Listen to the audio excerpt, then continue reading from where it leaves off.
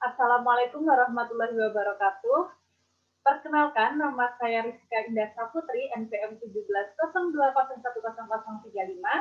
Saya semester 7 kelas A, Prodi Ilmu Hukum. Di sini saya akan mempresentasikan mata kuliah Hukum Pidana Khusus yang diampu oleh dosen Bapak Basri SHM Hum dengan materi Landasan Hukum Penanganan Cybercrime di Indonesia. Selanjutnya, saya akan sedikit menerangkan tentang cybercrime itu sendiri. Cybercrime merupakan aktivitas kejahatan dengan menggunakan fasilitas komputer atau jaringan komputer tanpa izin dan melawan hukum, baik cara mengubahnya atau tanpa perubahan kerusakan pada fasilitas komputer yang dimasuki atau digunakan, atau kejahatan dengan menggunakan sarana media elektronik internet karena dikategorikan sebagai kejahatan dunia maya, atau kejahatan di bidang komputer dengan cara ilegal. Dapat pula dikategorikan sebagai kejahatan komputer yang ditujukan kepada sistem atau jaringan komputer yang mencakup segala bentuk baru kejahatan yang menggunakan bantuan sarana media elektronik internet. Di sini ruang lingkup tindak pidana cyber menurut Susan Brenner membagi cybercrime menjadi 3 kategori, yaitu crimes in which the computer is the target of the criminal activity, crimes in which the computer is a tool used to commit the crime, and crimes in which the use of the computer is an incidental aspect of the commission of the crime. Pengaturan tindak pidana cyber material di Indonesia. Berdasarkan instrumen PBB, maka pengaturan tindak pidana cyber di Indonesia juga dapat dilihat dalam arti luas dan arti sempit. Secara luas, tindak pidana cyber ialah semua tindak pidana yang menggunakan sarana atau dengan bantuan sistem elektronik. Itu artinya semua tindak pidana konvensional dalam kitab undang-undang hukum pidana sepanjang dengan menggunakan bantuan atau sarana sistem elektronik seperti pembunuhan, perdagangan orang, dan dapat termasuk dalam kategori tindak pidana cyber dalam arti luas. Demikian juga tindak pidana dalam Undang-Undang Nomor 3 Tahun 2011 tentang transfer dana, maupun tindak pidana perbankan serta tindak pidana pencucian uang dalam Undang-Undang Nomor 8 Tahun 2010 tentang pencegahan dan pemberantasan tindak pidana pencucian uang.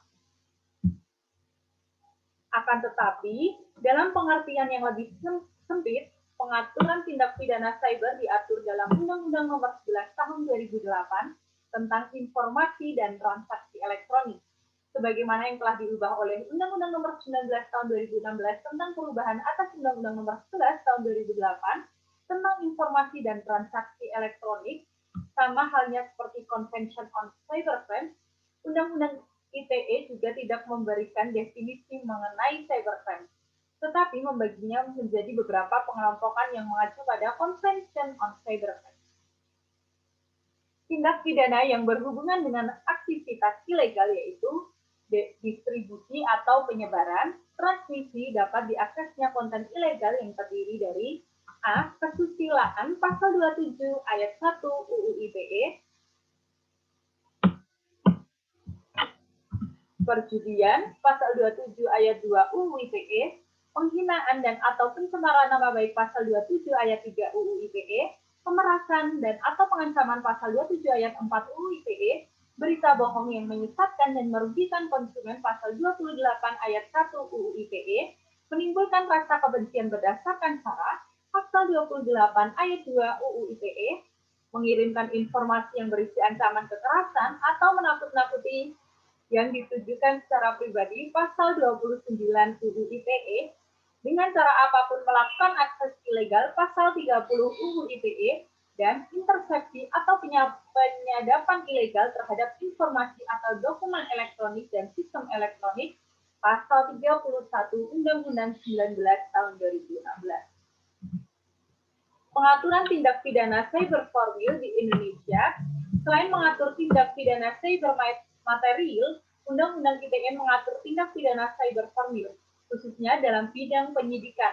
Pasal 42 UU ITE mengatur bahwa penyidikan terhadap tindak pidana dalam UU ITE dilakukan berdasarkan ketentuan dalam Undang-Undang Nomor 8 Tahun 1800 tentang hukum acara pidana. dan ketentuan dalam Undang-Undang ITE.